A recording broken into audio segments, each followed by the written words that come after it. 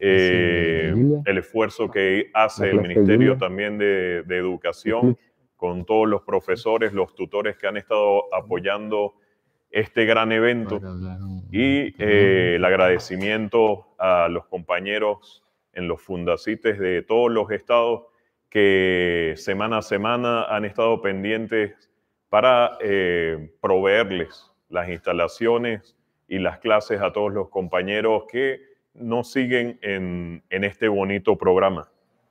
Muy agradecido de que estén acá. Hoy tenemos una quinta clase también muy importante, como todas las que hemos visto, pues que vamos a ver nos vamos a adentrar más en lo que es el estudio de la física en el espacio exterior.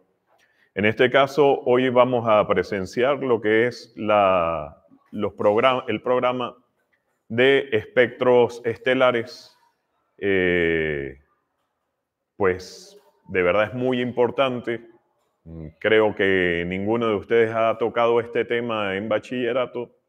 Por eso es muy importante que presten bastante atención. Hoy vamos a tener 3 oradores, 3 presentadores, que son 3 compañeros que son, además de profesores universitarios, son asistentes científicos en nuestra institución, en el Centro de Investigaciones de Astronomía. Entonces, ¿quién más que ellos para darles esta información tan importante? ¿Para qué se utilizan los espectros estelares? ¿Cómo se miden? ¿Qué es lo que sucede allí? Toda la física que está detrás. Y bueno, ellos están atentos para cualquier pregunta. Por favor, al final, yo sé que se emocionan bastante y quieren hacer preguntas al momento, pero guárdenlas para el final para que entonces no queden en esa serie de comentarios que tenemos allí y luego se nos pase. Entonces, al final, mejor dejarlas para la sesión de preguntas para que entonces se les pueda contestar oportunamente. Los compañeros se los voy a ir presentando para que los conozcan. Tenemos al compañero Libardo Serpa, profesor de la ULA y, como comenté, asistente científico de nuestra institución. Él va a comenzar. Gracias, Libardo, por estar por acá. De nada, doctor Noma. Ya lo conocen de otras clases y bueno, hoy comenzará la ponencia. También está nuestro compañero Carlos Jaime, también profesor de la ULA. Bueno, no sé si... de la ULA. Claro, tuve la duda porque los otros 2 compañeros están en el grupo de astrofísica y el compañero se desempeña en la parte ya de sólidos. Física de materia condensada. Entonces, bienvenido, Carlos. También él se ha presentado antes con ustedes. Y por último, Carlos Pérez, también profesor de la ULA. Buenas tardes. Y ya también ustedes lo conocen. Entonces, hoy tienen una batería destacada de profesores universitarios, además de asistentes científicos, que, bueno, son ejemplo, como los otros profesores que han tenido, para ustedes. O son un ejemplo para seguir, para que ustedes puedan también hacerle las preguntas que más deseen en este caso. Sé que todos están preguntando mucho las fechas, ya les he contestado a varios que no las sabemos todavía. Deberían ser ya próximamente, después de esta clase, la tercera fase. Cuando nomás sepamos la fecha, pues se la vamos a hacer llegar por medio de los fundacites, de los tutores. De verdad que, bueno, también estamos igual que ustedes, impacientes por saber esa fecha, pero no depende de nosotros, sino de una logística que está llevando nuestro Ministerio de Ciencia y Tecnología para entonces tener todo dispuesto para ese evento tan especial, con ese gran evento con ustedes, que son los protagonistas de esta gran historia que se está haciendo en nuestro país, con el esfuerzo de nuestro gobierno nacional para seguir proyectando la ciencia en Venezuela. Sin más que hacer referencia, por favor, disfruten de la clase. Entonces, los dejo con nuestro compañero Libardo Serpa. Adelante, Libardo. Gracias, doctor.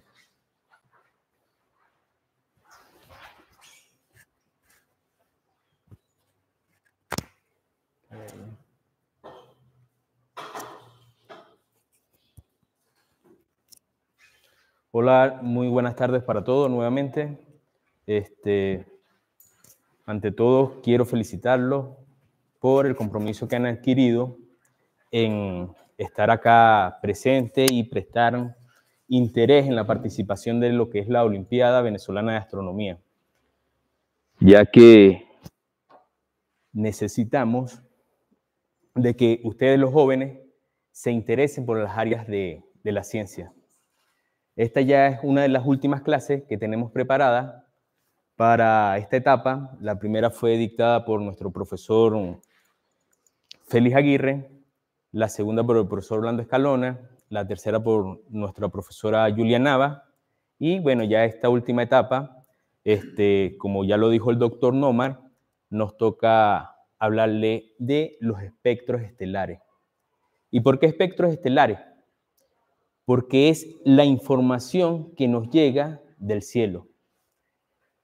Y para descifrar esa información que nos llega de las estrellas o de la luz que nos llega a penetrar la atmósfera celeste, necesitamos conocer qué es un espectro estelar.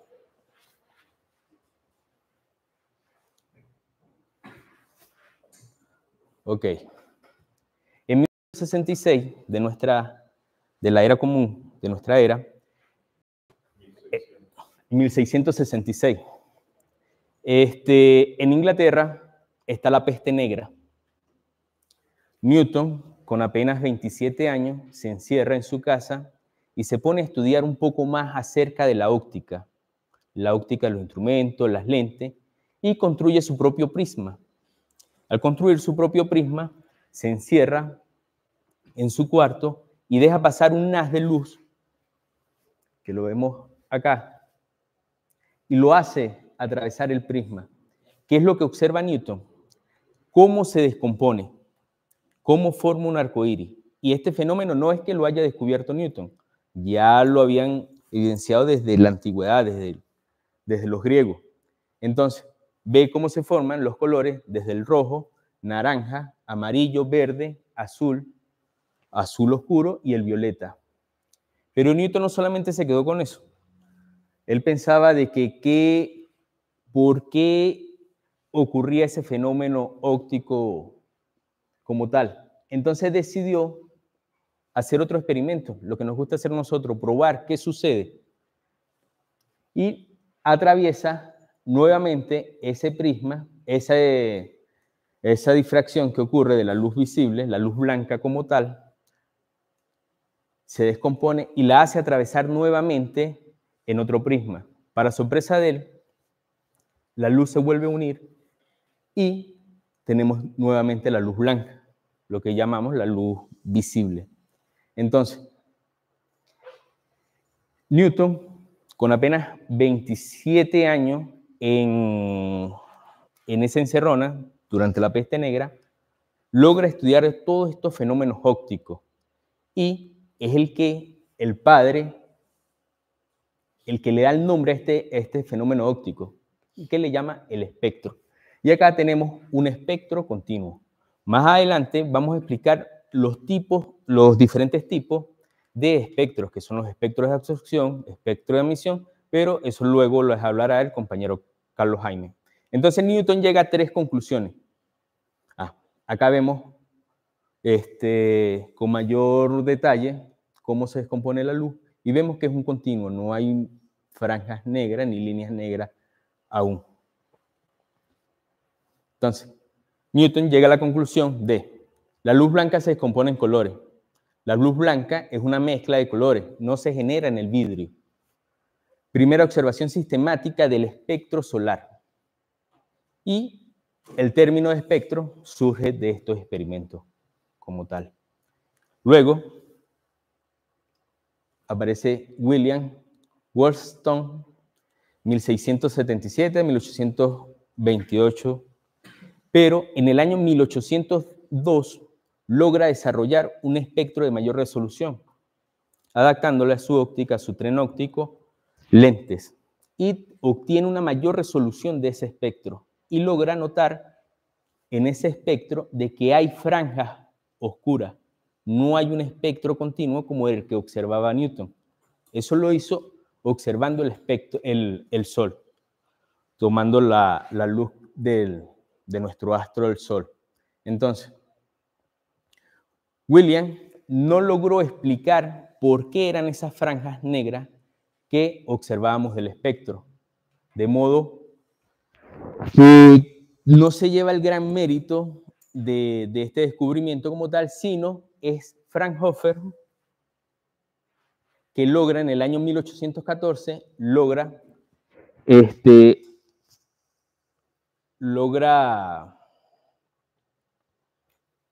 construir un espectrógrafo con mayor resolución, usando rendija de difracción, y en el año 1814 empieza a observar el Sol y logra también observar lo que había visto William, pero con más detalle, que eran las líneas oscuras en el espectro.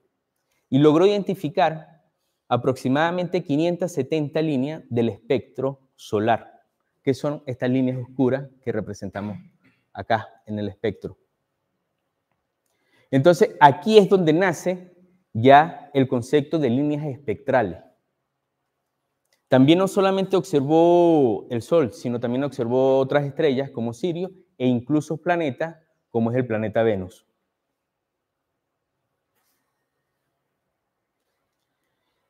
Luego, en 1859, Bunsen y Kirchhoff, Bunsen químico y Kirchhoff también bastante conocido por sus aportes a la electricidad, estando en un laboratorio,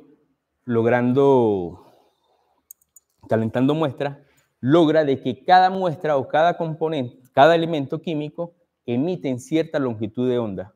Entonces ya logramos identificar cuáles son las líneas del espectro, las líneas oscuras del espectro continuo que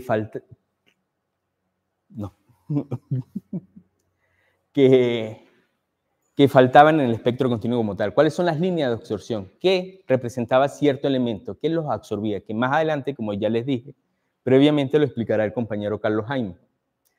Demuestra que las líneas oscuras del Sol, las líneas de Fraunhofer, corresponden a la absorción de elementos químicos y nace la espectroscopía astronómica.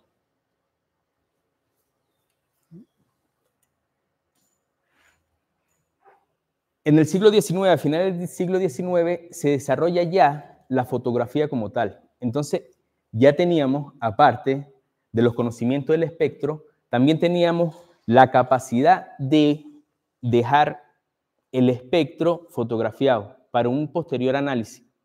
Pero resulta que con este desarrollo se fueron acumulando los datos, muchos datos.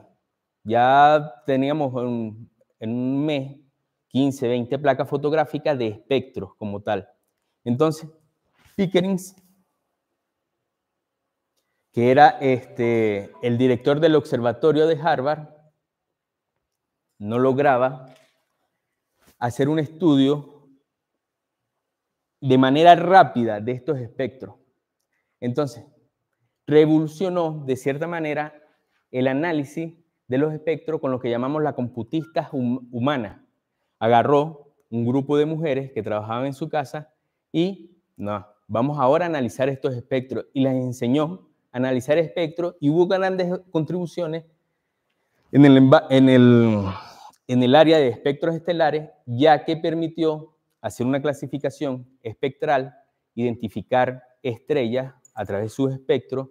También se logró identificar las cefeidas, estrellas tipos pulsantes, entre otros.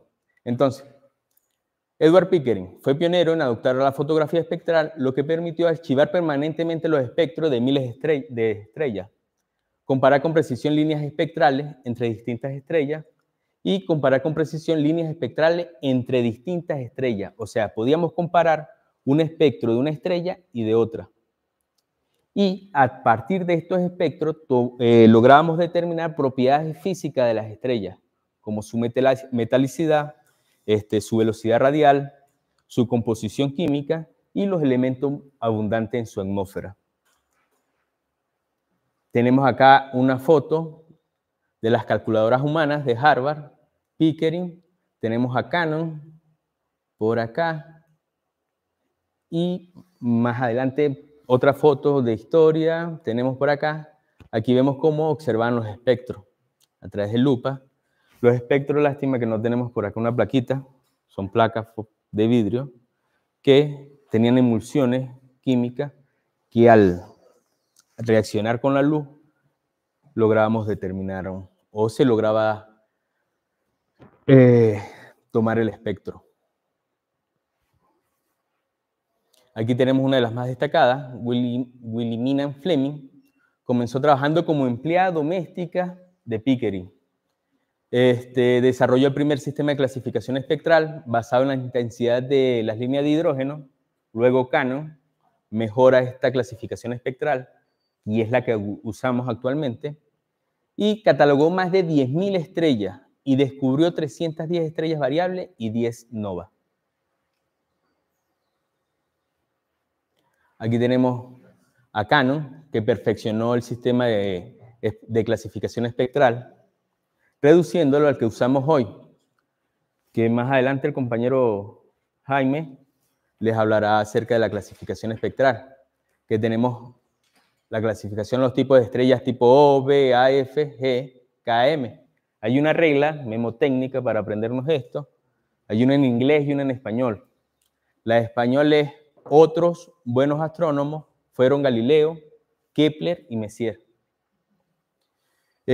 Clasificó más de 350.000 espectros estelares con una precisión asombrosa. Su trabajo fue esencial para el catálogo de Henry Draper, catálogo que utilizamos actualmente también en las estrellas. Cuando hablamos de las estrellas HD, nos referimos a este catálogo, HD 10.092, por decir. El primero en clasificar espectros de cientos de miles de estrellas, que es el catálogo de Henry Draper, y fue una defensora de la participación femenina en la ciencia y la primera mujer en recibir un título honorífico de Oxford. Ok. Ante los espectros, todo esto, no había una explicación como tal de por qué ocurría lo que llamamos la catástrofe ultravioleta. Entonces, para lograr explicar esto, tenemos que introducir nuevos conceptos, como es la radiación de cuerpo negro. ¿Qué es un cuerpo negro, muchachos? ¿Qué creen ustedes que sea un cuerpo negro? Un cuerpo cuya temperatura solamente, que emite radiación que solamente depende de su temperatura, porque Ok, recordemos que todo espectro, todo cuerpo que tenga cierta temperatura va a emitir un tipo de radiación, ¿verdad? ¿Cuál es aquel cuerpo que no emite radiación? Que estén en cero absoluto, ¿verdad? 0 Kelvin como tal, no va a emitir nada de radiación. Este es un concepto teórico ideal, pero muchos de los objetos se comporta o se aproxima a un cuerpo negro. En este caso, las estrellas se aproximan a lo que sería un cuerpo negro. No refleja ni dispersa la radiación que incide sobre él. Emite radiación térmica en un espectro continuo que solamente depende de su temperatura. Tenemos acá la ecuación de Planck, donde tenemos que la intensidad, la radiación de un cuerpo negro depende únicamente de su temperatura, siendo perfectamente independiente de su forma, material y constitución del mismo. La distribución de longitud de onda de la radiación sigue la ley de Planck, que es una función únicamente de la temperatura. Aquí tenemos la intensidad y tenemos la ecuación, donde vemos que solamente varía el parámetro de la temperatura. Las demás son constantes. En la próxima lámina vemos qué representa cada uno. Donde H es la constante de Planck, que tiene un valor de 6.63 por 10 a la menos 34 joules por segundo. La velocidad de la luz, que es aproximadamente 300.000 o 300 millones de metros sobre segundo, y la constante de Boltzmann, Joules sobre Kelvin. La radiación de cuerpo negro, acá la vemos, una gráfica donde el eje de la Y tenemos la intensidad y en el eje de las X vemos la longitud de onda. Acá no logré representar, o lo olvidé, representar la catástrofe ultravioleta, donde la catástrofe ultravioleta es un fenómeno que la teoría electromagnética clásica no logra explicar. ¿Por qué? Porque lo que se creía era que al aumentar la frecuencia, el cuerpo, al disminuir la longitud de onda, iba a aumentar la frecuencia, que es la energía como tal. Entonces, si disminuyo mi longitud de onda, vemos la catástrofe ultravioleta sería que va a seguir aumentando esa frecuencia o esa intensidad que voy recibiendo, va a aumentar. Pero vemos que no se comporta así como tal. De modo que ahí es donde nace el nacimiento de la teoría cuántica con Planck, que logra explicar esta catástrofe que la llamamos la catástrofe ultravioleta, donde vemos que a menor longitud de onda disminuye también la intensidad. Entonces, el espectro tiene una longitud de onda específica o color donde la máxima intensidad de radiación es máxima. Por lo menos para un cuerpo con una temperatura de 5000 Kelvin, vemos que su máxima longitud de onda pertenece más o menos acá en esta parte del espectro visible, que es en longitudes de onda de aproximadamente 700 nanómetros o 7000 astros.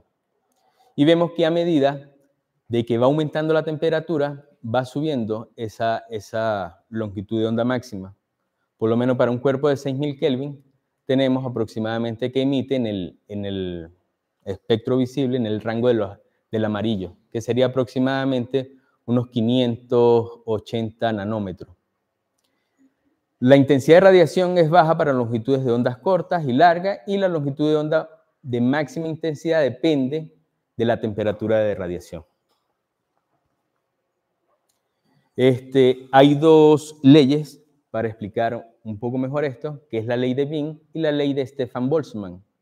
Entonces, la ley de desplazamiento de Wien, lo que me indica es acá me logra determinar a través de la longitud de onda cuál es su temperatura, o viceversa. Si sé cuál es su máxima longitud de onda, la que emite, voy a saber su temperatura, y viceversa.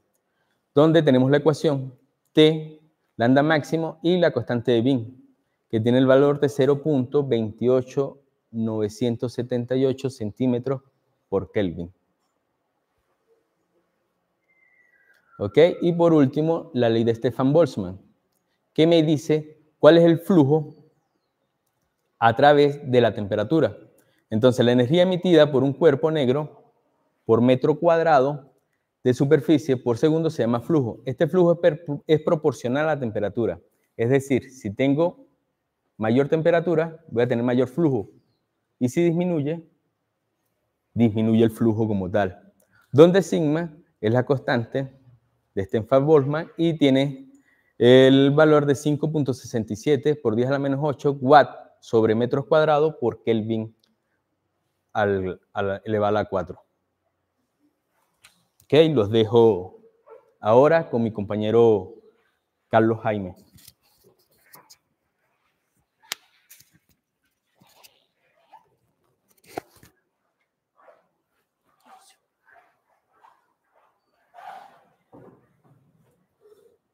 Bien, buenas tardes. La siguiente parte de la presentación, ya en principio vamos a hablar un poco sobre los espectros estelares. Cabe destacar una cosa, en astronomía hay distintas ramas de investigación, todas son muy importantes, todas son muy interesantes, tal como lo comenté al principio. Mi área de investigación es física, la materia condensada. Sin embargo, hay partes que se relacionan mucho con la astronomía, y parte de esa relación viene en la parte de estudio de espectros. A nivel de estudio de materiales, uno analiza el material mediante una composición química, mediante técnicas químicas muy interesantes, por la cual uno puede determinar químicamente cómo está compuesto un material. Las estrellas no están alejadas de eso, incluso se puede decir que los espectros estelares iniciaron esa parte de la investigación de materiales. Hay que recordar también que este año, 2025, es el año internacional de la mecánica cuántica y en principio el estudio de los espectros estelares tiene muchísima mecánica cuántica en el medio. Entonces, en principio, ¿qué es un espectro estelar? Bueno, un espectro estelar no es más que la representación de la distribución de radiación emitida o absorbida por un objeto astronómico. Es decir, que con esa representación podemos determinar o podemos calcular algunos parámetros interesantes específicamente en estrellas, planetas, nebulosas, cúmulos, entre otros. Específicamente, los espectros estelares pues, describe cómo varía la intensidad de luz, ¿ok? Emitida por una estrella o cualquier otro objeto astronómico en diferentes longitudes de onda. Cabe destacar que una herramienta importante en este tema es entender lo que es el espectro electromagnético. Hay que, bueno, básicamente esa clase se había dado en la segunda fase, el estudio del espectro electromagnético, cómo está compuesto. Entonces, bueno, básicamente una pregunta interesante, ¿cuántas regiones tiene el espectro electromagnético? Tiene 7 regiones principales, exacto. Y a nivel astronómico, cada región del espectro electromagnético tiene una instrumentación necesaria, una instrumentación fija en las cuales podemos determinar cierta información astronómica. ¿Ok? Entonces, bueno, en principio, esa parte del espectro electromagnético nos ayuda muchísimo, nos da muchísima información para empezar a estudiar los espectros estelares. Si es tan amable, por favor. Bien, con respecto a los espectros, hay 3 tipos de espectros. Espectros continuos, espectro de emisión y espectro de absorción. Todo objeto astronómico puede determinarse en estos 3 espectros. En el espectro continuo no es más que un espectro donde están todas las longitudes de onda dentro de un rango determinado. Por ejemplo, aquí en esta imagen podemos ver específicamente lo que es un espectro continuo. Están todas las longitudes de onda y es determinado cuando la luz de una estrella pasa por un material y este se descompone y obtenemos este tipo de espectro. ¿Ok? Un espectro de emisión es aquel espectro que muestra líneas brillantes superpuestas en un fondo oscuro, tal cual que tenemos acá. Y esa, ¿qué nos dicen esas líneas? Bueno, básicamente esas líneas nos da cuando la luz que emite átomos, moléculas de esa estrella, pasan, ¿ok?, a través del medio, ¿ok? Básicamente este espectro de emisión de alguna manera me representa o puedo determinar la huella dactilar de una estrella, es decir, básicamente, específicamente, la composición química estelar, ¿ok? Y la parte del espectro de absorción no es más que líneas oscuras sobre un espectro continuo, ¿ok? En principio, esas líneas oscuras se dan cuando la luz de una estrella, al pasar por un medio, también pasa por un gas con una temperatura mucho más fría. ¿Ok? Estos 3 espectros son muy importantes, son muy estudiados a nivel de astronomía y podemos determinar muchísima información. Es tanto que se han creado subramas de investigación en estudio de espectros. ¿Ok? ¿Qué tenemos acá en la siguiente imagen? Bueno, es una clasificación espectral de distintos tipos de estrellas. Debido al estudio de los espectros estelares, de alguna manera, bueno, de alguna manera no, se determinó la clasificación estelar. La clasificación estelar viene dado por un conjunto de letras, que básicamente aquí tenemos un esquema, y cada tipo de, o sea, cada estrella nos da un espectro distinto. Cada espectro nos da básicamente composición química. Por ejemplo, en las estrellas tipo O, ¿ok?, que son estrellas que son superficialmente muy calientes, básicamente el elemento más predominante es el hidrógeno y el helio. En principio, tiene sentido. Son estrellas que están quemando combustible, están quemando hidrógeno o transforman el helio, esa reacción química. Entonces, cuando uno determina el espectro de dicha estrella, uno básicamente lo que encuentra son líneas de hidrógeno y helio. A medida que la estrella empieza a bajar su temperatura, podemos encontrar otras líneas un poquito más específicas, en este caso líneas de carbono. Y a su vez, a lo que voy bajando encuentro otro tipo de metales, el calcio, hierro, y en esta última, donde son las estrellas más frías, muchas moléculas. Todos los elementos de la tabla periódica se encuentran en las estrellas, ¿ok? Cabe destacar eso. Por favor. ¿Qué información nos da un espectro? Bueno, principalmente la información crucial sobre las propiedades físicas de una estrella o un objeto astronómico, como su composición química, densidad y movimiento, específicamente velocidad radial, para comprender, una de las cosas que para comprender el espectro, en este caso un objeto estelar, tenemos que tener en consideración 3 parámetros principales: transiciones electrónicas de los mismos átomos que componen, en este caso, una estrella, la temperatura de un objeto, que es algo crucial, ¿ok? Que básicamente depende de la temperatura del objeto, como lo indica la imagen anterior, podemos determinar cierta cantidad de líneas de emisión o absorción o composición química de la estrella. De igual forma, el movimiento del objeto. Bien, otra parte que gracias al estudio de los espectros estelares se pudo determinar lo que es un sistema de clasificación estelar. Todas las estrellas están clasificadas, no significa que hay una estrella más grande que la otra, uno tiene que saberla distinguir. Bueno, básicamente eso viene dado por una clasificación, la clasificación MK, Morgan-Kingman, ¿ok? Una clasificación más o menos estandarizada. Básicamente esa clasificación nos da estas letras que acabo de mencionar hace un momento, que corresponde a todas las estrellas, solo que la clasificación, de alguna manera, esta es más general y nos dice que las estrellas tipo O son estrellas que son muy calientes, son estrellas azules, ¿ok? Estrellas tipo G, por ejemplo, son estrellas que están entre una temperatura intermedia de 5.000 a 6.000 grados Celsius. Y, por ejemplo, ¿qué estrella está en esa clasificación? El Sol, por ejemplo. ¿Ok? En principio, esta es la clasificación más general, la clasificación Morgan-Kingman. Este tipo de clasificación fue determinado, no fue por un trabajo de de 2 personas, no, eso viene un grupo de personas atrás de ellos, que, bueno, como lo mencionó mi compañero Alibardo, es una historia gigantesca, y bueno, gracias a la mecánica cuántica, a la matemática moderna, pudieron determinar esta clasificación un poquito más general. De la misma manera, también se puede agregar, o sea, a dicha clasificación se agrega un número, ¿ok? Un dígito numérico, que en este caso va desde 0 hasta 9. Ese número básicamente me especifica la temperatura de cada estrella en cada grupo espectral, o sea, en cada clasificación. Por ejemplo, una estrella tipo G, como el Sol o Capella, ¿ok? Tiene una clasificación de G0 a G9.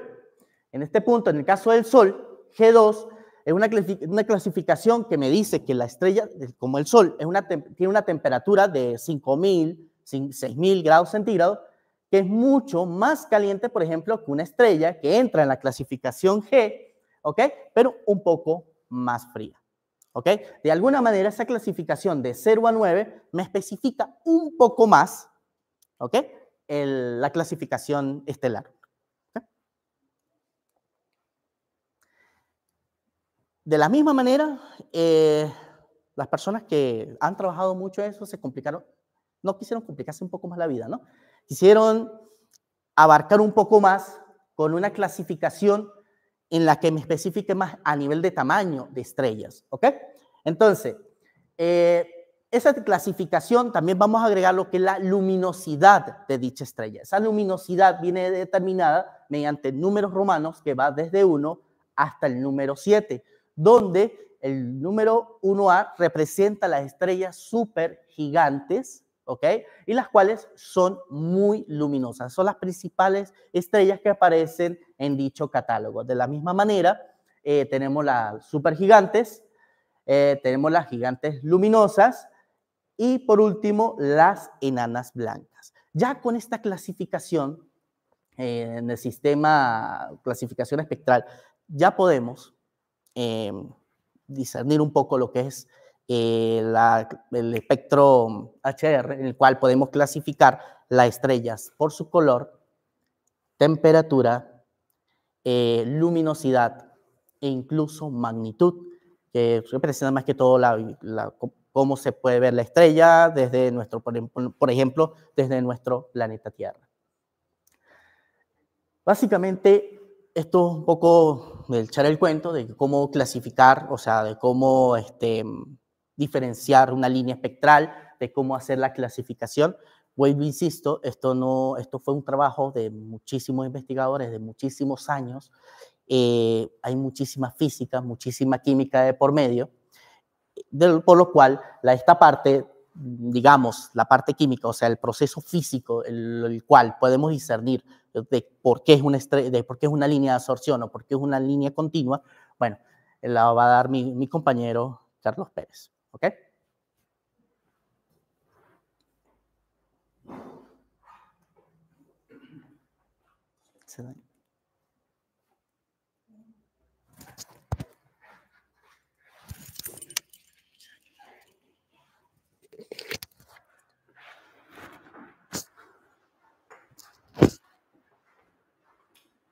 Buenas tardes.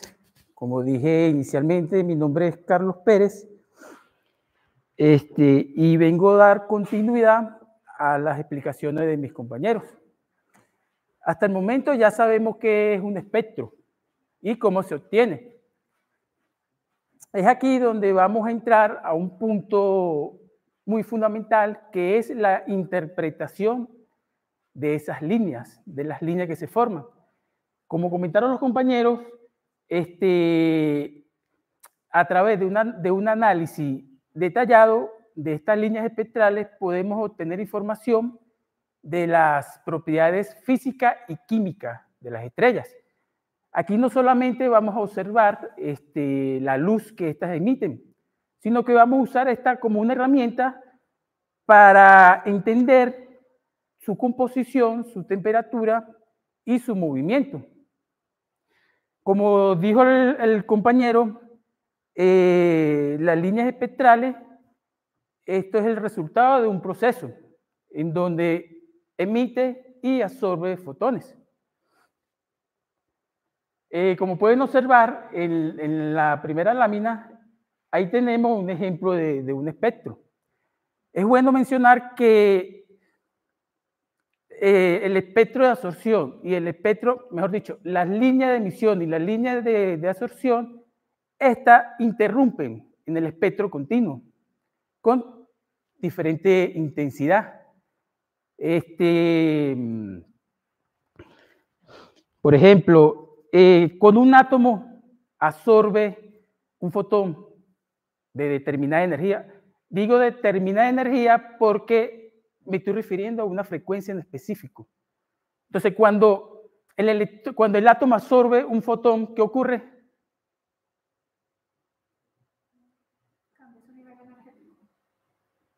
¿Sí? ¿Qué dicen los demás?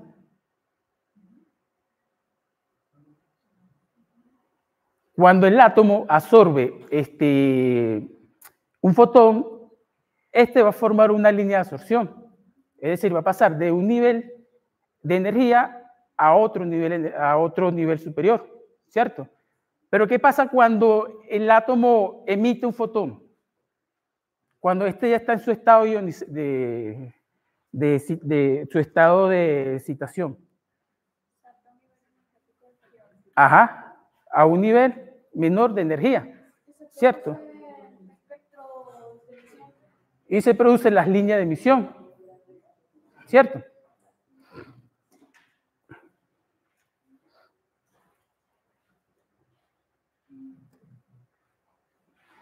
Entonces, es bueno mencionar que para el caso de las líneas de emisión, ¿qué ocurre con la intensidad de las líneas? Aumenta, disminuye, por lo menos para el caso de las líneas de absorción. ¿qué ocurre? No disminuye, no se ven menos brillantes. ¿Y qué pasa para las líneas de emisión? La intensidad aumenta. ¿Qué me dice eso? Que se ve más brillante. Y eso lo podemos observar en el espectro continuo, ya que estas líneas interrumpen ese espectro. Entonces, ¿qué generan esas líneas? Las líneas espectrales que nosotros observamos, esa se genera por los átomos en la atmósfera de una estrella, el cual emite y absorbe luz, ¿no? En frecuencias específicas. Pero antes de hablar de esto, quiero que entienda cómo está estructurado un átomo.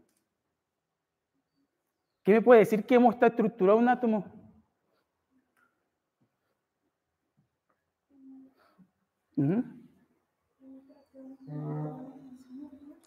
Está compuesto por un núcleo, ¿cierto? Y ese núcleo está formado por protones, que son cargas positivas, y neutrones, que son cargas. No tiene cargas, exacto, son neutras.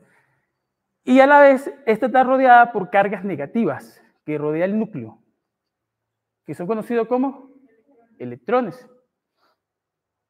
Como pueden observar en la imagen, ahí se puede observar la estructura del átomo, ¿cierto? Entonces,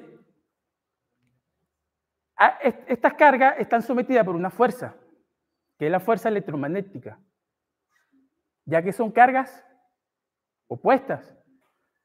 Es como decir la Tierra. La Tierra es atraída hacia el Sol. ¿Por qué? Por la fuerza de la gravedad, ¿cierto? Incluso hay un punto, eso no lo voy a explicar, pero sí sería bueno que lo estudiaran, que hablan de las 4 fuerzas fundamentales, que ahí menciona la fuerza de la gravitacional, la fuerza electromagnética, la fuerza nuclear fuerte y la fuerza nuclear débil. Entonces, aquí pudiéramos decir que un átomo se puede comportar como un sistema solar cuántico.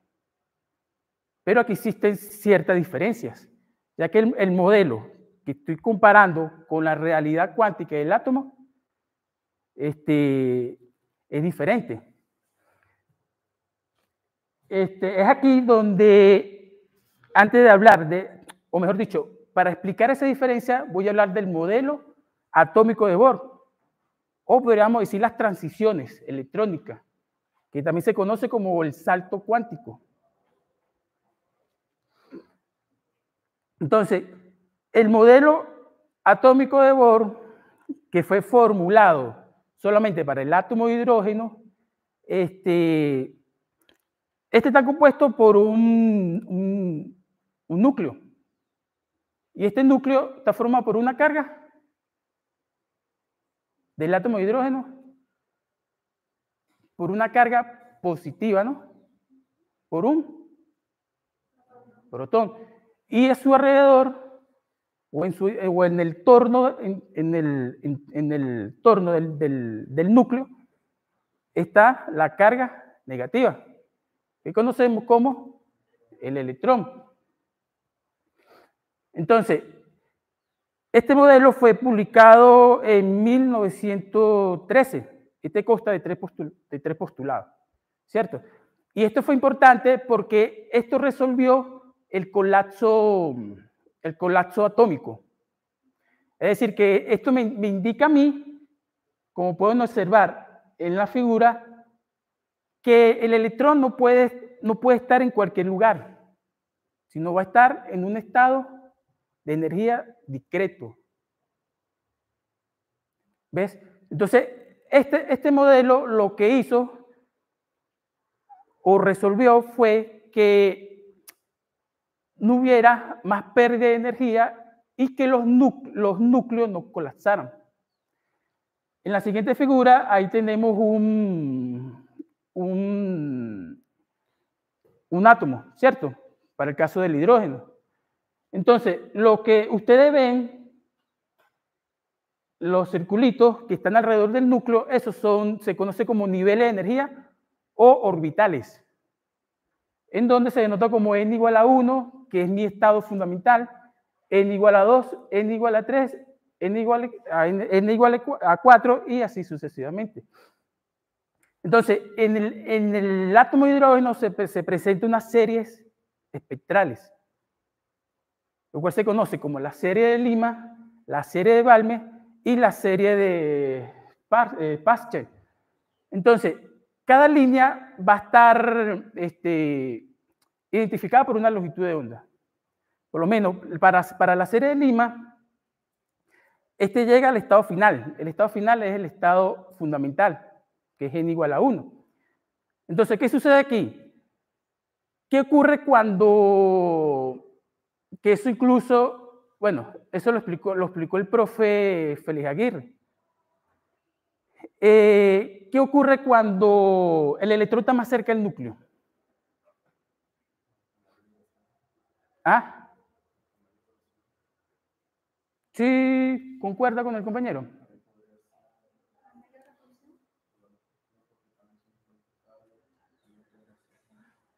Cuando el electrón está más cerca al átomo, va a necesitar más energía, ¿no? Para dar un salto. En donde la longitud de onda va a ser más corta, ¿cierto? Por lo menos en la serie de Lima, esta está ubicada en la región del ultravioleta, ya que estas son longitudes de onda más cortas. La serie del Balmer es la serie más utilizada. ¿Por qué es la serie más utilizada? Porque esta está ubicada en el espectro visible.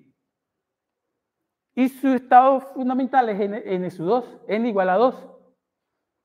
En donde aquí tenemos H alfa, H beta y H gamma. Cada una la identifica una longitud de onda. Y como dije anteriormente, esta se encuentra en el espectro visible. Y esta va a requerir, ¿qué cosa? Menor energía. Y va a tener una longitud de onda mayor. Igual ocurre con la serie de Paschen. Esta se encuentra en el nivel, en el nivel de energía 3. Y esta, como dije anteriormente, va a requerir menos energía para mayores longitudes de ondas. Esta la menciono porque estas son las más utilizadas.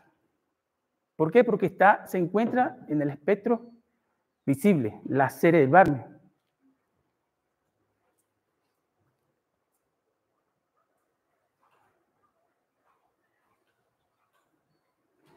Entonces, pregunto, ¿pueden cambiar de nivel? Por lo que comenté, le expliqué. Si pueden, ¿verdad?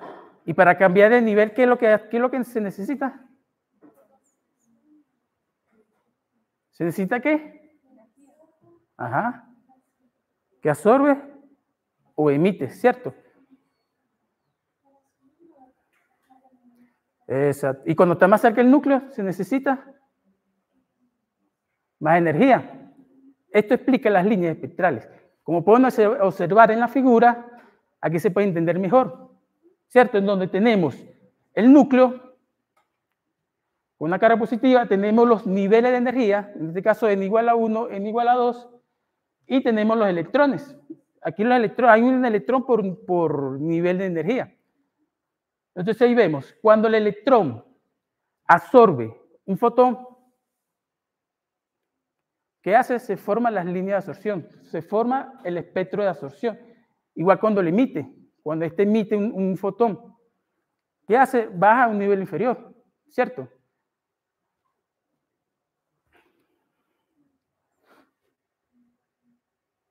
Entonces, aquí hay una tabla que mejor lo explica para cada serie, en donde tiene el nivel final, tiene la región del espectro, la longitud de onda y sus respectivas descripciones. Es bueno mencionar, ya que estamos hablando de transiciones electrónicas, que esto es un salto cuántico, que los electrones no describe una no describe una órbita bien definida, como decirlo los planetas, por ejemplo. ¿Cierto? Por lo menos ese punto lo explicó el profe, claro, aquí estoy sacando la relación del átomo con el sistema solar, para poder que por lo menos los compañeros de primer año, segundo año entiendan mejor. Entonces, ¿qué ley me explicaba a mí la órbita de los planetas? Hay una ley, ¿verdad? Esa ley es la primera ley de Kepler, ¿cierto? Que me decía que los planetas tenían una órbita.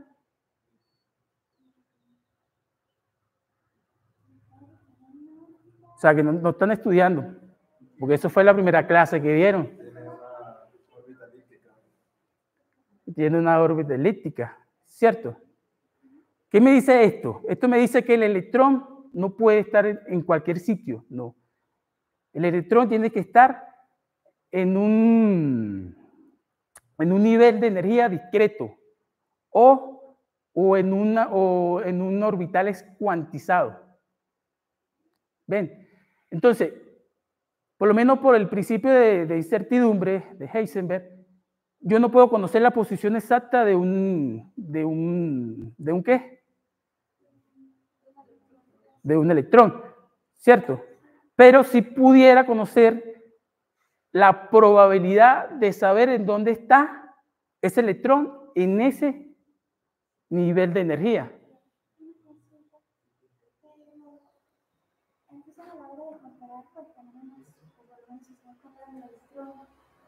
O el átomo general en su estructura, cómo funciona nuestro sistema, tengo una duda particular, y es que precisamente por el principio de incertidumbre, somos nosotros en este caso el observador hasta cierto punto que no pueden en este caso visualizar el electrón. Por ejemplo, no es lo mismo estar en la punta del volcán que en la cima. No es lo mismo, exacto. Exactamente, a la hora de calcular se genera principalmente una gran diferencia. Ajá. No sé, el principio de incertidumbre me genera cierta duda, sobre todo a la hora de comparar estos fenómenos, porque no son naturalmente las mismas que le van a aplicar unas cosas que a otras. Claro, acuérdate que el principio de incertidumbre no me puede decir a mí en dónde está ubicado el electrón, ¿ves? Pero sí me puede decir en qué parte se ubica en el nivel de energía donde está ubicado, ¿cierto? El electrón.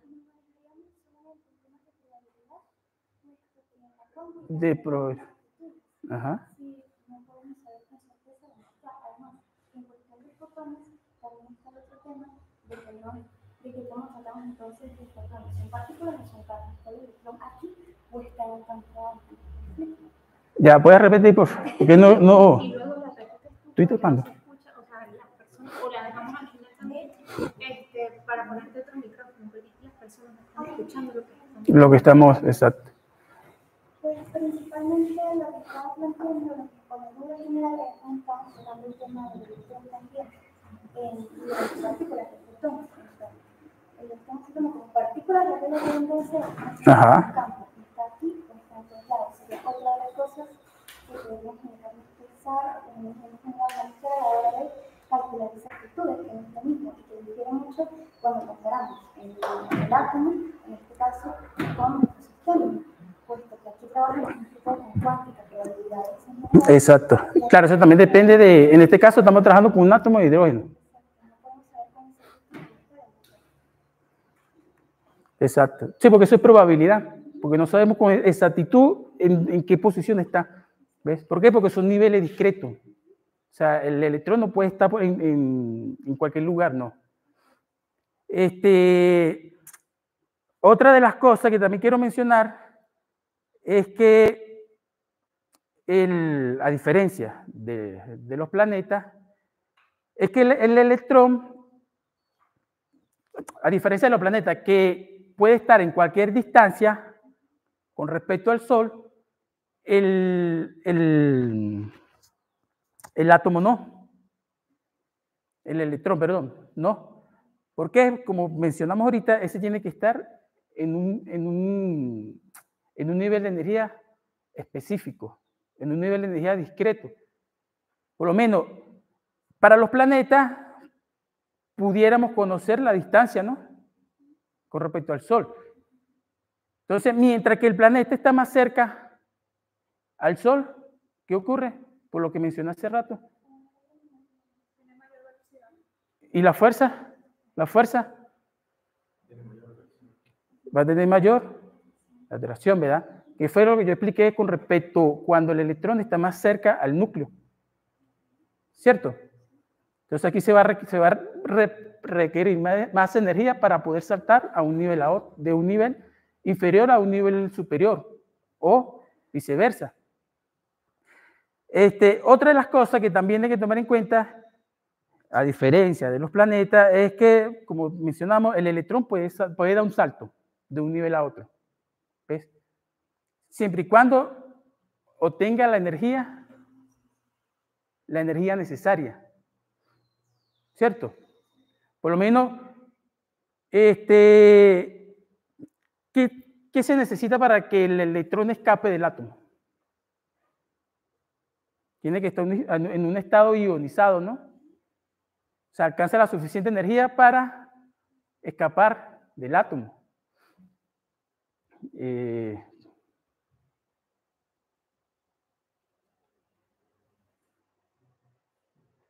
Entonces, hemos nombrado el fotón. Hemos dicho que cuando un átomo absorbe un fotón, esta puede dar un salto en un nivel discreto, o cuando emite, baja a un nivel menor de energía. Pero necesitamos conocer o saber qué es el fotón, ¿cierto? Por lo menos la luz es especial. ¿Por qué es especial? Porque se comporta como una onda o como una partícula. Este comportamiento se le conoce como dualidad onda-partícula, ¿cierto? Y esto es aquí donde entra la parte de la mecánica cuántica. Esto es el centro de la mecánica cuántica. Entonces, como nosotros estamos tratando la luz como una partícula, entonces yo lo llamo como fotón, ¿cierto? ¿Y qué es un fotón? ¿Cómo yo puedo tratar un fotón? Yo no puedo decir que un fotón es un paquetico de energía.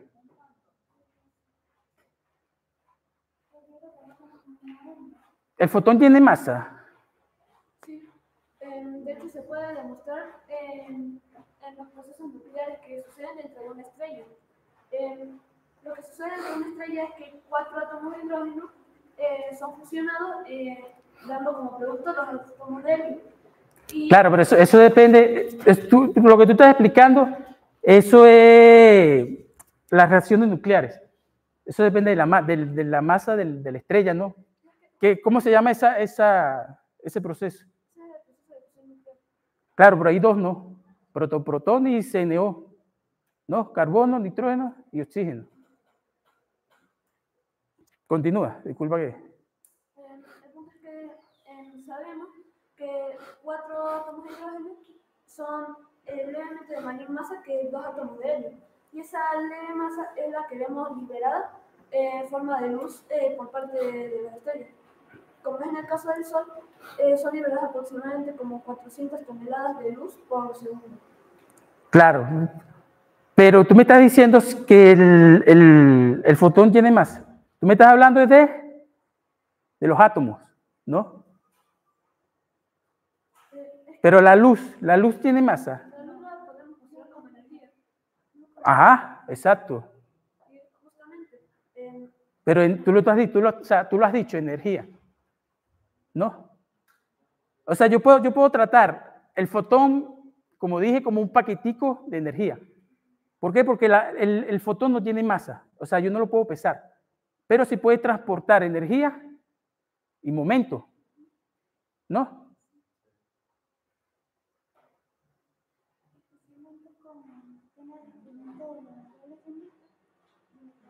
pero que se comportaba precisamente en determinado artículo. Sin embargo, todavía me genera como curiosidad, no sé si se envía la misma partícula, por así decirlo, está igual en otros puntos y no todas las ondas tienen la propiedad que dan, Claro. no sé si me explico bien. ¿Tuvieron ahí este campo? Ella está hablando del experimento de doble rendija. Yo también puedo entender, digamos, entender que es un fotón. En un fotón ambas cosas se comportan, en este caso como si fuera una onda, pero es una partícula, o en este caso lo que se plantea, ambas cosas, y dependiendo de aquello que decidamos o que deseamos medir, podemos tratarlo de esa forma. Acuérdate que aquí estamos tratando el fotón como una partícula, ¿cierto? Como una partícula, no como una onda. ¿Sí lo ven? Entonces, por lo menos el fotón no tiene masa, ¿cierto? Pero transporta energía y momento. Y puede chocar o golpear con otra partícula, como es en el caso del electrón, ¿no? Pero eso va a depender, claro, eso va a depender de, por lo menos en el observatorio hay un espectrógrafo, se conoce como MK3, ¿ves? Entonces, todos sabemos que es un espectrógrafo, ¿cierto? ¿Qué es un espectrógrafo?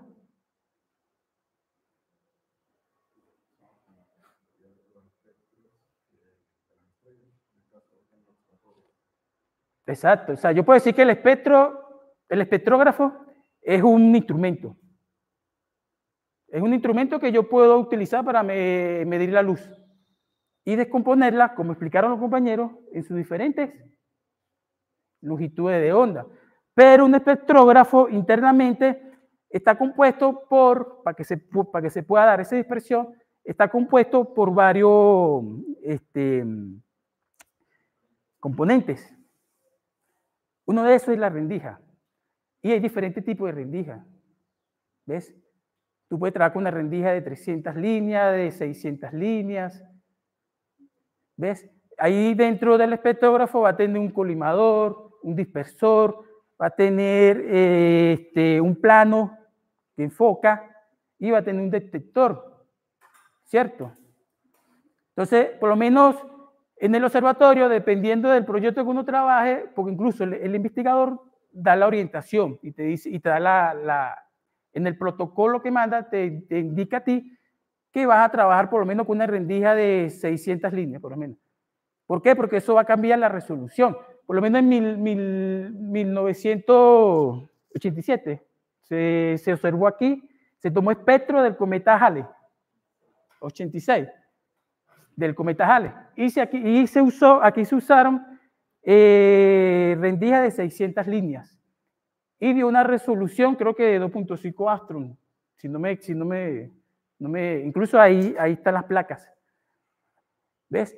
Entonces eso va a depender del proyecto y también del objeto que tú vayas a observar. Y ahí tú vas, por lo menos, como tú mencionas, el experimento de doble rendija, que es bueno que incluso los compañeros que están ahí viendo lo vean. Eso incluso, ¿tú lo viste por dónde? Bueno, hay varias plataformas.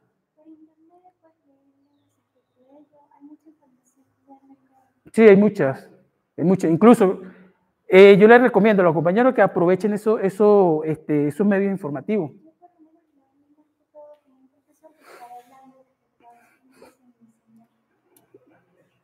Sigue estando largo de cómo lo estamos controlando doblemente. Entonces, de lo que vamos a hacer en este caso, lo que vamos a medir, mejor dicho, exacto. cómo vamos a tratar en este caso el fotón. Si combinamos una onda o una partícula. Exacto. Incluso hay un experimento en donde viene el fotón en forma de onda, pasa por ¿cómo se llama el experimento? Ese que nos lo explicó el profe Alfonso, ¿te acuerdas? Sterger. Que viene el fotón, ¿cierto? Pasa por ¿cómo se llama? Por una rendija, ¿no? Y después de la rendija pasa por un detector, ¿no es? el cual transforma, se pasa, el fotón pasa, la longitud de onda, la luz pasa de longitud de onda a partícula. ¿Ves? Incluso hay experimentos. Claro, ya esto es parte más avanzado. Incluso ese experimento, eso lo dan en mecánica cuántica.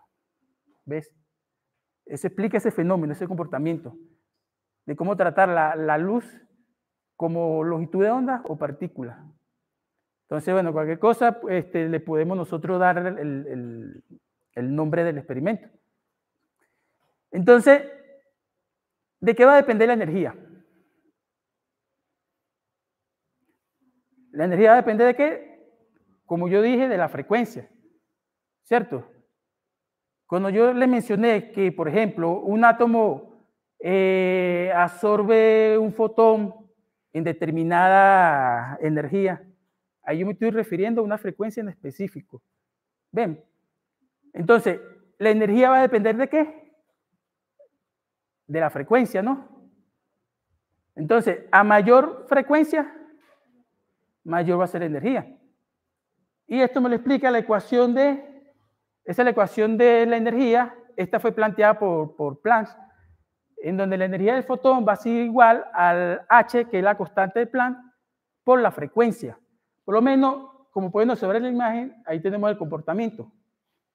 Cuando tratamos la luz como longitud de onda o se trata como partículas. ¿Sí la ven? Eso es lo que ocurre. Bueno, ahí está el valor de la constante con sus unidades, que es Joule por segundo, y la frecuencia.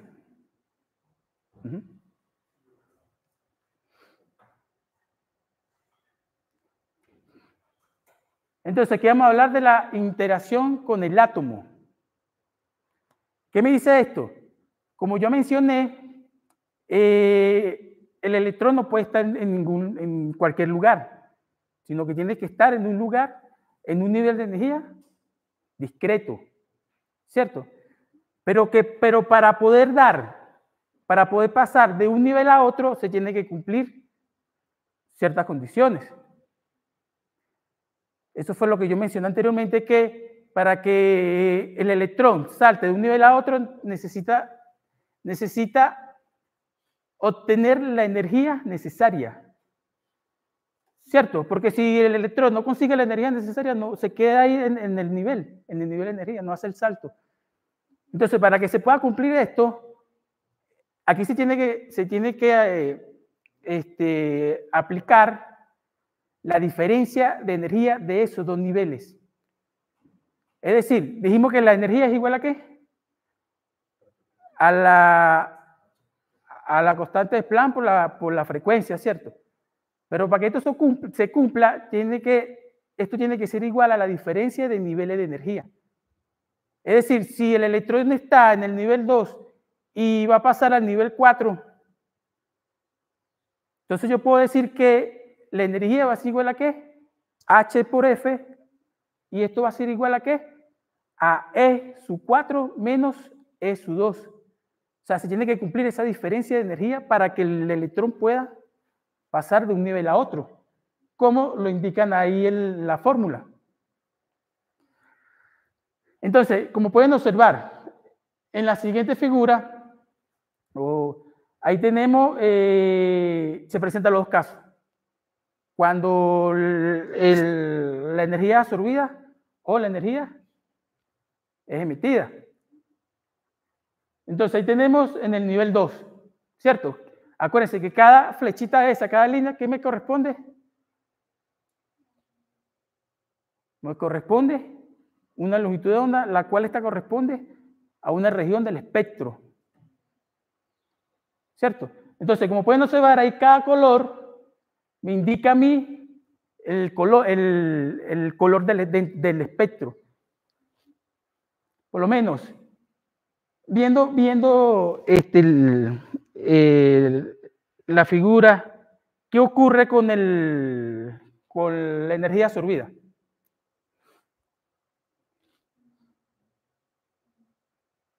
¿Qué ocurre? ¿El electrón está en qué nivel?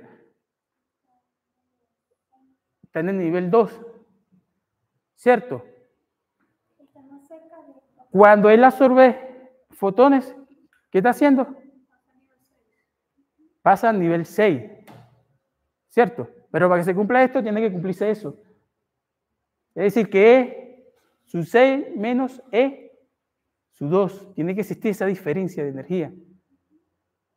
¿Sí lo ven? Entonces, en el nivel 6, ahí está en su estado.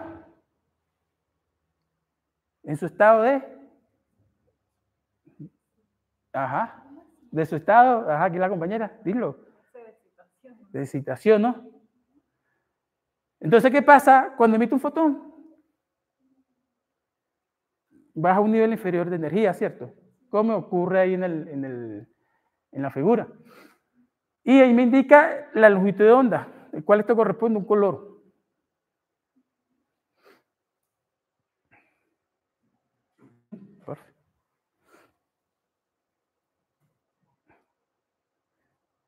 Entonces, como explicaron los compañeros, esto nos da información también de sus elementos, ¿cierto? Entonces, cada longitud de onda me indica a mí un elemento. Por ejemplo, este es el espectro del hidrógeno. ¿Sí lo ven? Y esas líneas que están ahí ubicadas, ¿a qué se refieren? ¿A qué longitud? Por lo que vimos de la serie de Balmes, la serie de Lima, la serie de Porsche. Cada línea de esas me indica a mí cuál es mi H alfa, mi H beta, mi H gamma. También hay otro H, que es el H delta. Eso no lo mencioné. El cual está ubicado en ese espectro. Pero no lo mencioné porque normalmente no sé, solamente se usa esas tres. Entonces, por lo menos por lo que yo expliqué cuando estábamos hablando de las transiciones electrónicas, que aparecían las tres series, ustedes observaron que en la serie de Balmes, cada línea le correspondía a una longitud de onda, ¿cierto? Bueno, cada línea de esas están ahí reflejadas en el espectro. Y cada línea de esas le corresponde una longitud de onda. Y eso me da información de los elementos. Aquí porque estamos en el átomo de hidrógeno. Pero los compañeros explicaron la parte de otros elementos más pesados. Porfa.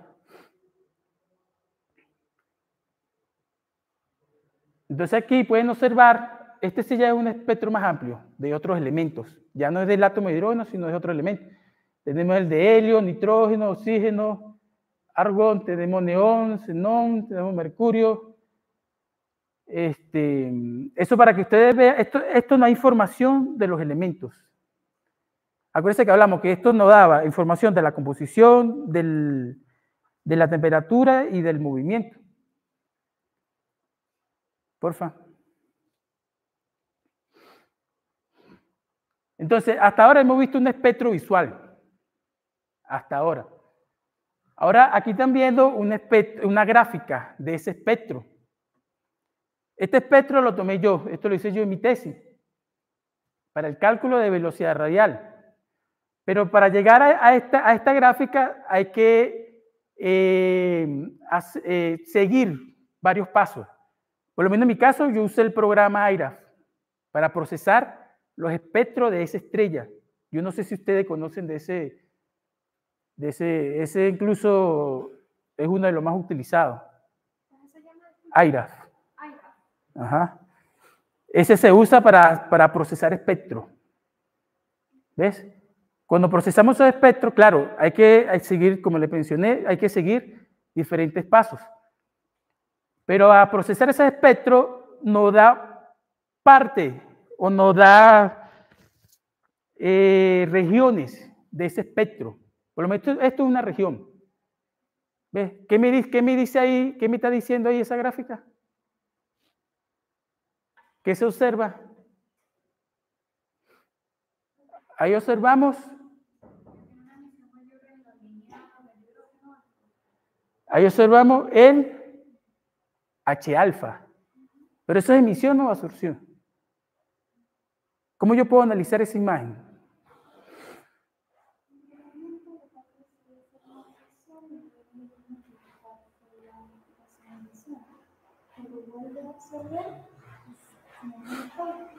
Sí, eso depende. Acuérdate que esto es una región. El espectro se abarca un área, una región grande.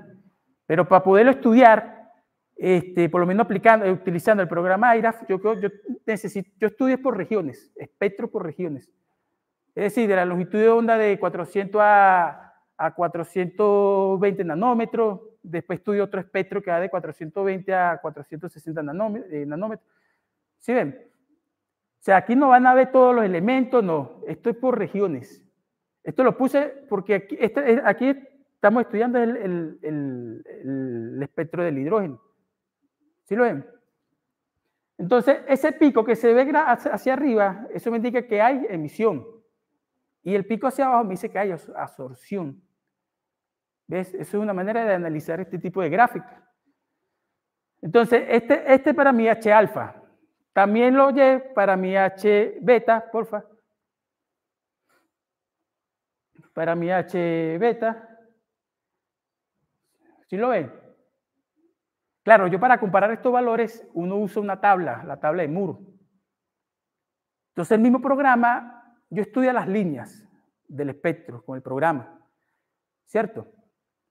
Entonces, el mismo programa me dice a mí en qué longitud de onda tiene cada línea. Entonces, esos valores de esa longitud de onda, yo lo comparo con la tabla de Moore. La tabla de Moore me indica a mí qué elemento es. ¿Sí ven?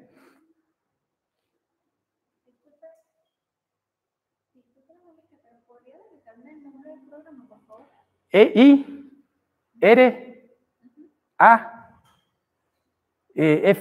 IRAF. Ajá. Pues nada. Entonces, esta es otra parte de mi trabajo donde yo hallé mi H beta. Y así sucesivamente. También puedo poner para elementos pesados, como el hierro, el carbón. Pero no lo coloqué porque el tiempo es limitado. Entonces, dicho esto, ahora queremos conocer su movimiento. Queremos saber cuándo una estrella se acerca o se aleja, ¿cierto? ¿Y cuál es el ejemplo más común? El del sonido. Entonces, yo puedo aquí, un ejemplo, póngase que frente a ustedes pasa una ambulancia, el cual tiene la sirena, ¿cierto? Cuando la ambulancia se acerca a ustedes, el sonido es más agudo, exacto, ¿cierto? Y cuando se aleja, es grave, exacto, el sonido es más grave. ¿Qué ocurre aquí? Que cuando la ambulancia se acerca, el sonido se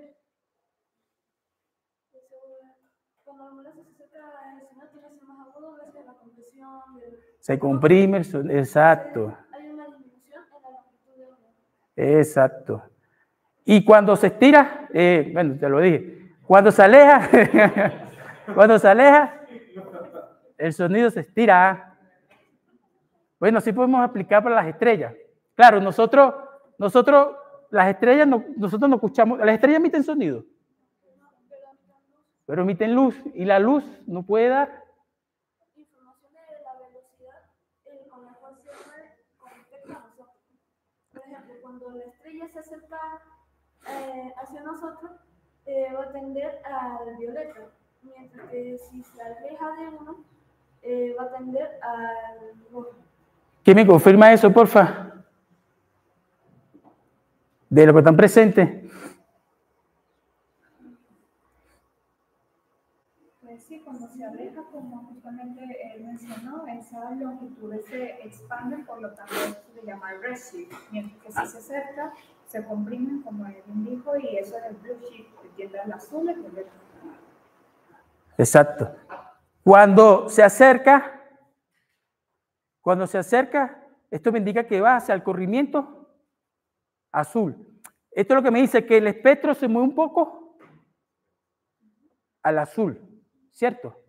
Y cuando se aleja, esto me indica que el espectro se va a mover un poco hacia el rojo, ¿cierto?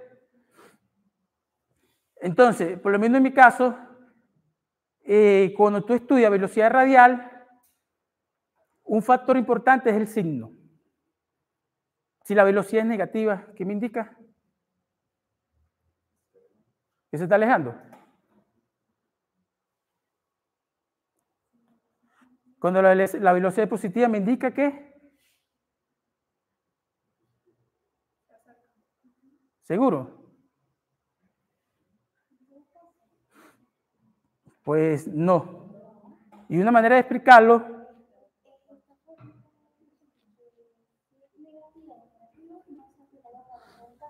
Ustedes ven el gráfico, ahí está la fuente.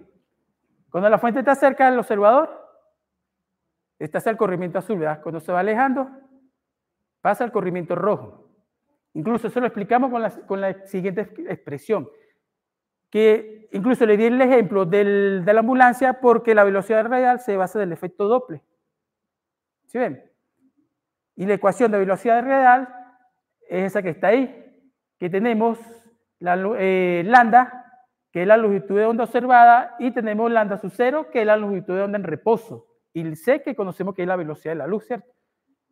¿Cuál es el valor de la velocidad de la luz? Aproximadamente 3 km. Exacto.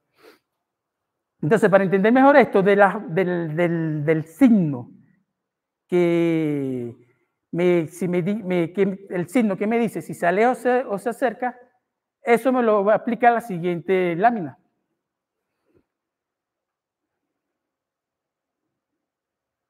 ¿Qué observan en esta lámina?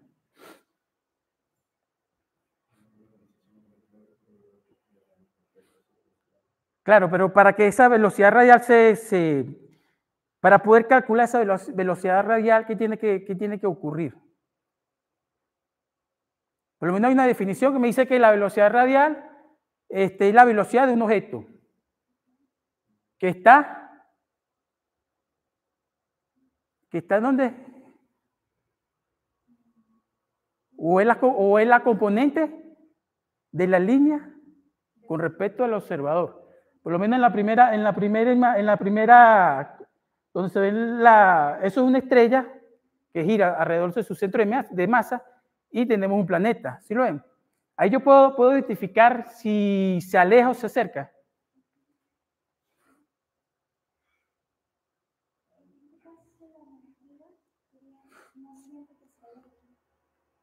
Aquí se presentan dos situaciones. Tenemos la de arriba, ¿sí la ven? Y tenemos la de abajo. ¿Qué es lo que cambia?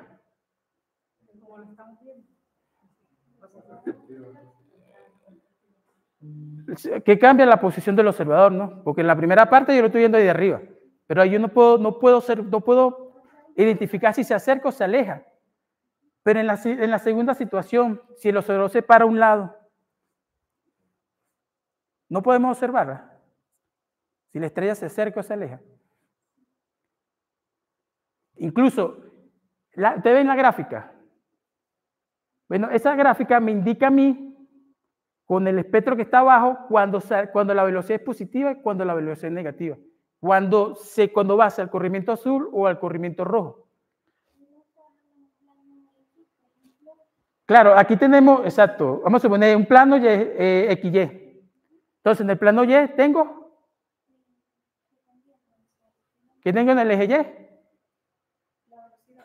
Y en el eje X tengo la rapidez y puedo decir que en el eje X puedo decir que es con respecto al tiempo. ¿Ves? Entonces viendo la escala, ¿qué observan? Cuando él sube y baja. Cuando él sube, la velocidad es ¿qué? Positiva. Y cuando baja, ¿qué pasa con el espectro abajo? Cuando sube y baja. Entonces, observando ese espectro, si mi velocidad es negativa, ¿hacia dónde va el corrimiento? Al azul, ¿cierto? ¿Sí? Y cuando es positiva va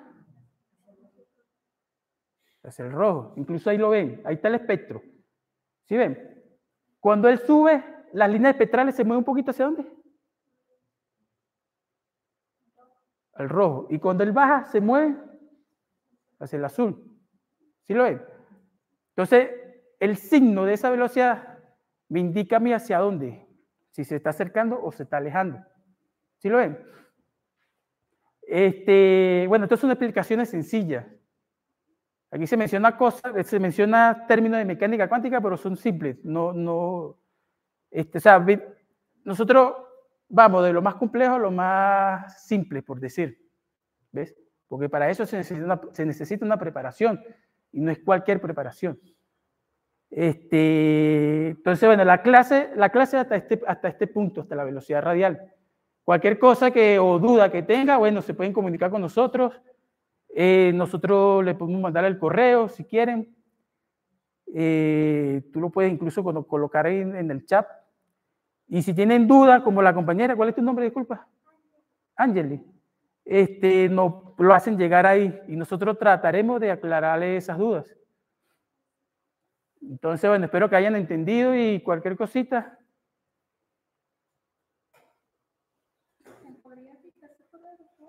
Ajá. Enrique Parra. 8. Enrique Parra 8 @gmail.com. Sí, con doble R. Entonces, bueno, en conjunto con mis compañeros, le damos las gracias por estar presente y lo dejamos aquí con el profesor Escalona. Cualquier duda. Pueden quedar acá, no hay problema.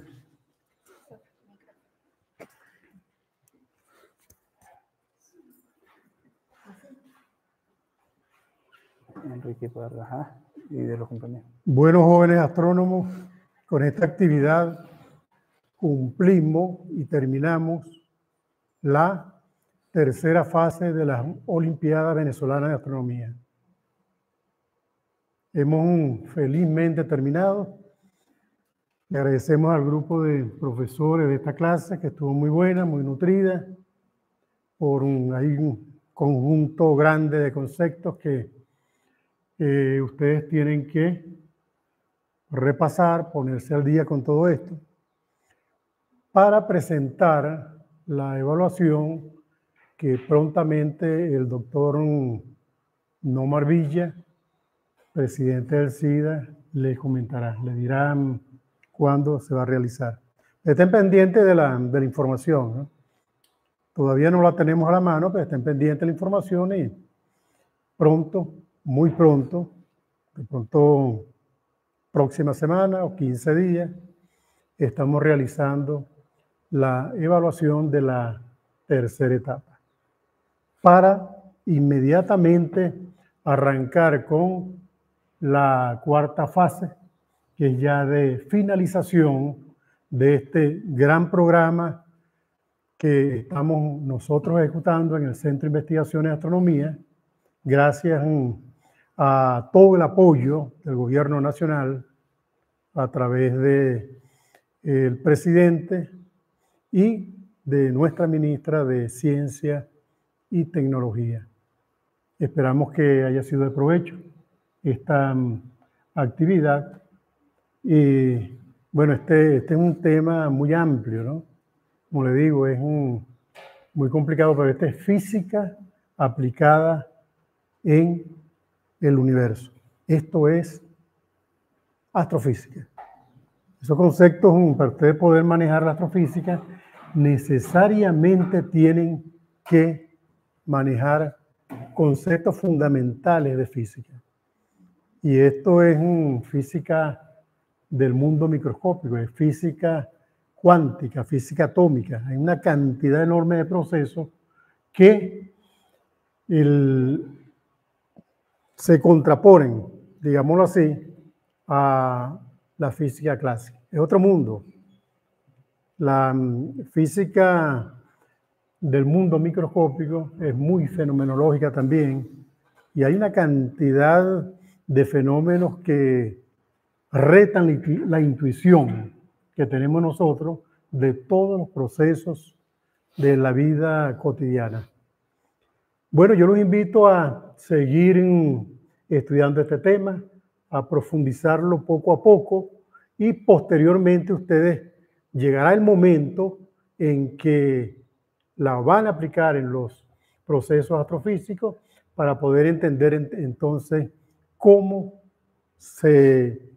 evoluciona el universo. Bueno, buenas tardes, gracias a todos. Gracias por la atención prestada y estén pendientes de la próxima información hasta la cuarta fase. Feliz tarde.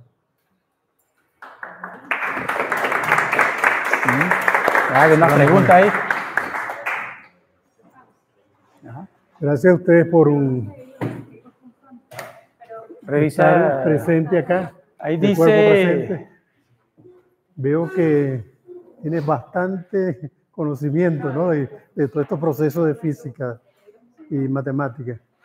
Bienvenido, ¿verdad que sí, yo no. tú estás me dijiste que en tercer año? Y ahora fue que habló de la Okay. radiación de cuerpo negro. Sí. Ya va, ya. Pero si quiere dile qué lámina. Porque ahí verificaron y está bien el valor. Ah, porque están diciendo que hay dos constantes de Boltzmann. Tiene valores diferentes, deben ser las unidades. Sí. Claro, eso también depende de las unidades. ¿Ya se cerró? Ya puede cerrar.